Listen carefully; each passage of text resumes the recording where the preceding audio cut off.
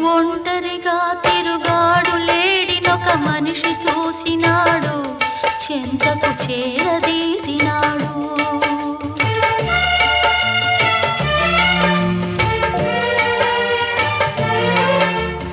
అభమో శుభమో తెలియని లేడి అతనిని నమ్మింది, తన హృదయం పరిచింది.